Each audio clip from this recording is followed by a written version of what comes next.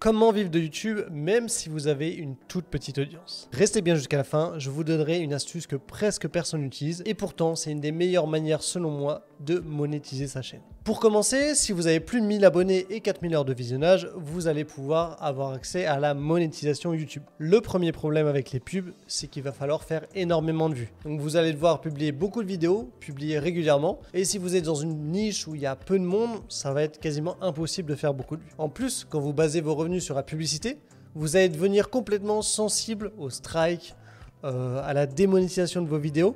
Et en fait, vous allez dépendre entièrement de la plateforme, ce qui évidemment n'est clairement pas souhaitable. Pour pallier à ça, je vais vous donner 4 techniques pour monétiser votre chaîne et le petit bonus à la fin. Le premier moyen, le plus simple, mais c'est pas forcément celui qui paye le plus, ça va être de faire de l'affiliation. L'affiliation, qu'est-ce que c'est? Ça consiste simplement à recommander des produits d'autres personnes, d'autres marques. Et quand vous apportez des clients à cette marque, elle vous rémunère en échange quelques pourcentages. Des programmes d'affiliation, vous pouvez en trouver énormément. Le plus connu, c'est celui d'Amazon. Je ne le conseille pas forcément parce qu'en fait, il va donner des pourcentages qui sont très faibles. Vous allez avoir, selon les secteurs, entre 1 et 5%. Parfois, ça peut aller un peu plus loin, mais c'est quand même assez rare. Donc voilà, vous pouvez recommander des produits sur Amazon, toucher des commissions dessus, mais va vraiment falloir faire de la masse si vous voulez gagner un salaire là-dessus. Parce que clairement, c'est des pourcentages qui sont très faibles. Après, sur Amazon, on trouve quasiment tous les produits qui existent. Donc ça peut être très bien pour commencer. Vous n'avez pas besoin de négocier avec quelqu'un un contrat, etc. Vous pouvez simplement créer votre espace affilié sur Amazon et commencer à encaisser vos premiers euros grâce à ça. Ensuite, en affiliation, quelque chose d'un peu plus approfondi, vous allez pouvoir directement démarcher des marques et essayer de négocier avec eux de l'affiliation. Parfois, ce sera même les marques qui vous démarcheront directement pour négocier avec vous. Ça peut très bien marcher dans les deux sens, mais effectivement, quand c'est les marques qui vous démarchent, c'est plus intéressant parce que c'est eux qui sont demandeurs. Faites très attention quand vous négociez avec des marques, vous allez devoir vous mettre d'accord sur un pourcentage qu'ils vont vous donner pour chaque client acheté, ou parfois ça sera une somme fixe. Les marques sur Internet, quand ils voient des petits créateurs, ils savent que c'est des gens avec peu d'expérience et ils vont essayer d'avoir un bon deal. Donc ils vont généralement vous donner des pourcentages très faibles. Faites bien attention à ça, c'est toujours possible de négocier, ne dites pas oui directement. Essayez de vous poser des questions simples. Combien coûte le produit de la marque? Combien est-ce qu'il va faire de bénéfices dessus? Bon, ça c'est un petit peu plus dur à trouver, mais en cherchant, vous pourrez trouver. Et donc sur ce bénéfice, combien vous allez être payé. Il faut bien sûr que la marque arrive à se faire de l'argent, mais il faut aussi qu'ils vous payent suffisamment par rapport à la marge qu'ils font. C'est pour ça qu'on arrive maintenant au troisième type d'affiliation qui va être plutôt pour des produits en ligne. Ça peut être des logiciels, ça peut être des formations en ligne, il y a énormément de produits en ligne disponibles et ce qui est intéressant sur ce type de produit, c'est que les marges sont beaucoup plus élevées. Donc en toute logique, les sociétés avec qui vous ferez de l'affiliation seront prêts à vous payer plus cher pour recommander ces produits. La plupart des formateurs en ligne ont un programme d'affiliation. Alors ça peut varier. En général, les commissions sont entre 30 et 50%. Parfois, vous trouverez des formateurs qui donnent plus, mais c'est quand même assez rare. Si vous proposez de l'affiliation vers des formations, faites bien attention qu'elles sont de qualité pour ne pas, entre guillemets, trahir votre audience. Ça serait dommage de perdre toute crédibilité. Et sinon, pour tout ce qui est logiciel, vous pouvez vous renseigner. Par exemple, si vous faites des tutos pour le design, vous pouvez recommander des logiciels comme Canva qui permet de faire des designs en ligne sous forme d'abonnement mensuel. Pour moi, si vous faites de l'affiliation, tout ce qui est formation, logiciel en ligne, c'est vraiment le plus intéressant, ce qui va vous rapporter le plus. Et si vous choisissez bien vos partenaires, ça pourrait être tout à fait pertinent pour votre audience. Le deuxième moyen de gagner de l'argent grâce à votre chaîne YouTube, ça va être de vendre des coachings. Pour moi, c'est vraiment un des meilleurs moyens de commencer et de vous faire un vrai salaire. Vous avez des compétences, les gens regardent vos vidéos gratuites et donc, en toute logique, s'ils ont besoin d'aide, ils vont directement venir vous voir pour vous demander des conseils. Il y aura une grosse partie de votre audience qui ne sera pas prête à payer pour ces conseils, mais il y aura toujours une petite minorité qui sera prête à mettre de l'argent, prête à vous payer, vous rémunérer. Et c'est donc là-dessus que vous allez capitaliser. L'inconvénient du coaching, c'est que c'est souvent un business qui est peu scalable. C'est-à-dire que si vous commencez à avoir des clients, vous allez être très vite limité par votre temps disponible. Si votre agenda est rempli, vous n'allez pas pouvoir en faire plus. Une potentielle solution serait de monter les prix, mais ça sera possible jusqu'à une certaine limite et au-delà, vous ne pourrez pas les monter. Je conseille toujours le coaching pour démarrer parce que c'est un super moyen de connecter avec son audience, de pouvoir lui poser des questions, de mieux la connaître. Comme ça, vous pourrez proposer des vidéos d'encore meilleure qualité et vous pourrez passer à l'étape suivante, c'est-à-dire vendre des formations. Si vous avez fait un petit peu de coaching, vous connaissez bien votre audience, vous connaissez leurs problèmes, donc vous êtes maintenant prêt à leur proposer une solution. L'avantage des formations, évidemment, c'est que c'est un business complètement scalable. C'est-à-dire que vous allez pouvoir créer vos formations, les mettre sur une plateforme, automatiser le tout et vous n'aurez entre guillemets plus grand chose à faire. La vente de formation, ça permet de mettre en place tout un système qui va vous rapporter des revenus sur le long terme. Je prends mon exemple. Sur mon ancienne chaîne YouTube, j'avais lancé une formation il y a environ 2 ans.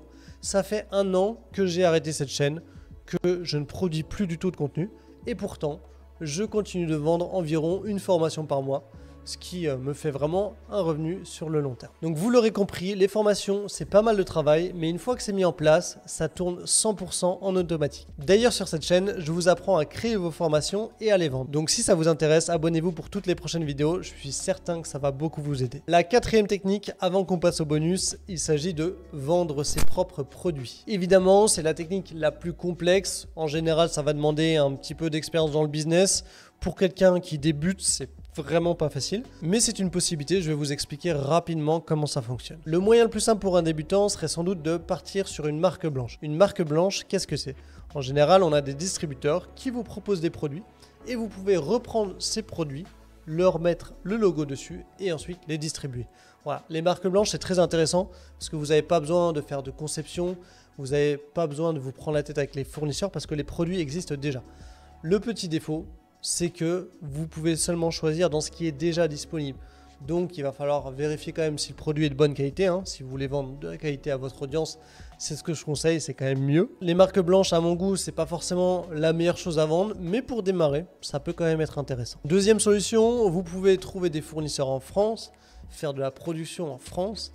Je vais pas vous mentir, c'est une solution qui coûte très cher, donc vous allez devoir vraiment vous baser sur des produits assez haut de gamme, parce que sinon, vous allez perdre de l'argent. Donc si vous voulez travailler avec des partenaires locaux, je vous invite vraiment à mettre une image de marque assez haut de gamme et également axer votre communication là-dessus. Vendre des produits français, c'est pas toujours facile parce que ça va coûter très très cher. Vous allez faire des marges qui sont pas forcément très intéressantes. Évidemment, c'est un choix qui est intéressant, ça fait vivre l'activité locale bien sûr, mais il faut quand même peser le pour et le contre parce que c'est pas si évident. La possibilité suivante, ça va être de travailler avec des producteurs à l'étranger. En Europe, par exemple, vous avez des pays qui fournissent vraiment de la qualité, notamment au niveau du textile. Le Portugal, c'est quand même une valeur sûre. C'est plutôt bien vu au niveau du consommateur. Travailler avec des produits qui viennent du Portugal, ça a quand même une très bonne image. Ou alors, vous pouvez aller peut-être un peu plus loin, en général des produits qui sont produits en Chine. Souvent, les gens pensent que les produits en Chine sont de mauvaise qualité, ce qui est complètement faux. Évidemment, vous avez beaucoup de produits de mauvaise qualité, mais vous avez aussi des produits de très bonne qualité. Les plus grandes marques du marché, que vous connaissez certainement, elles produisent pour la plupart en Chine. La différence entre un bon produit et un mauvais produit chinois, c'est uniquement le cahier des charges que vous allez fournir à l'usine. Si vous voulez de la qualité en Chine, c'est tout à fait possible. Évidemment, ça vous coûtera plus cher que quelque chose de bas de gamme, mais c'est possible. Depuis la Chine, vous avez plusieurs possibilités. Soit vous faites ce qu'on appelle du dropshipping, vous prenez des produits qui existent déjà et vous demandez à votre fournisseur de les envoyer directement au client. Ça a plusieurs inconvénients. Déjà, c'est assez mal vu des gens. Deuxièmement, les délais sont assez importants. En général, il faut compter 3 semaines. Et il y a peu de personnalisation possible. Donc moi, je vous déconseille cette méthode. Deuxième moyen, vous passez par un agent. Donc là, il faut déjà avoir une marque un minimum conséquente. Vous allez pouvoir négocier potentiellement la personnalisation du produit. Si vous voyez qu'il a des points faibles, vous allez pouvoir dire faudrait renforcer tel ou tel aspect.